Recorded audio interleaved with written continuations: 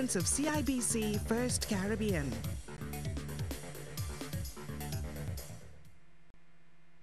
You've probably seen one or more of them buzzing overhead somewhere around Barbados. No, it's not a bird, it's not a plane, and it's definitely not Superman. What is it? Brian Broom has the story. It's called an unmanned aerial vehicle, and a group of young men have turned it into a viable Barbadian business. Some people probably know them by another name, drones. But that's not a word the guys at Caribbean Aerial Photography use. They believe it carries a war stigma. The 5-year-old company uses its UAVs for services to a range of clients, spanning from the construction and real estate industries to agriculture. But regardless of the client, the views of Barbados from above are almost always breathtaking. General Manager David Lewis says there was a demand in the market. With the event of the Beijing helicopters closing down or leaving Barbados, we recognize that there are a lot of different aspects of the aerial business that we could get into, and because of our skill set, we thought that it's best that we go into UAVs. He says they take their business very seriously, strictly adhering to flight limits set out by air traffic control and flight path and no-fly restrictions for select buildings. Public safety is also paramount. Taking a risk as a pilot and flying over people during crop over, that's not a smart thing to do. You put a lot of people's lives at risk.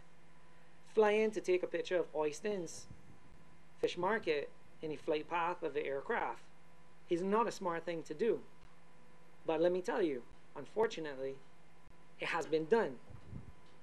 But these are people who have bought a unit, go out there, say, I am professional, I know what I am doing, but have very little hands-on flying time, flying hours.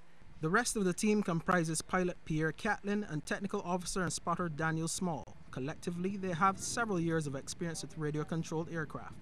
While they are happy to have seen their hobby evolve into a business, they also think legislation may one day be necessary. As the price of the units goes down, privacy will become an issue.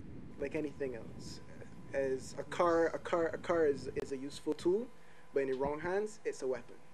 It's a lethal weapon. It's same for guns, it's same for drugs, it's same for anything. So this will get to a point where people will use it for will use it for malicious activities. There's nothing you can do about that.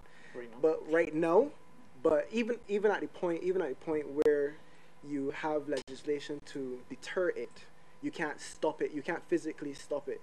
Mr. Lewis says ultimately they want to see the industry grow, but everyone who owns a UAV must be committed to best practices. I'm not here as a company to say we're the only ones, because there is vision for the future within the whole gamut of flying UAVs. Everybody is entitled to being an entrepreneur, but do it safely, do it sensibly. One thing is clear. Once authorities can ensure the safety and regulation of UAVs is adequately addressed, this is one business that will continue to take off. Ryan Broom, CBC News. Thanks, Ryan. Well, the merits of a formal IMF program will be the focal point when the Barbados Chamber of Commerce and Industry, or BCCI, hosts its business breakfast panel discussion this Wednesday.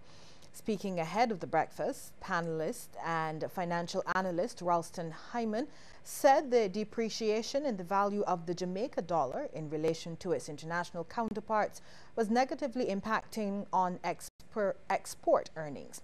Mr. Hyman, who is also a member of Jamaica's Economic Program Oversight Committee, attributed this to the narrowness of the country's productive base, the high energy costs, crippling bureaucracy, and the private sector's lack of innovative capacity.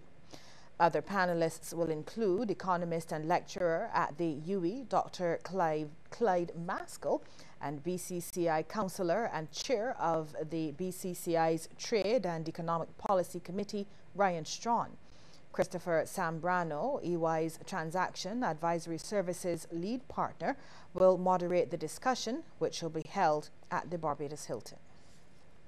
Here's a look now at how stocks performed locally and regionally today.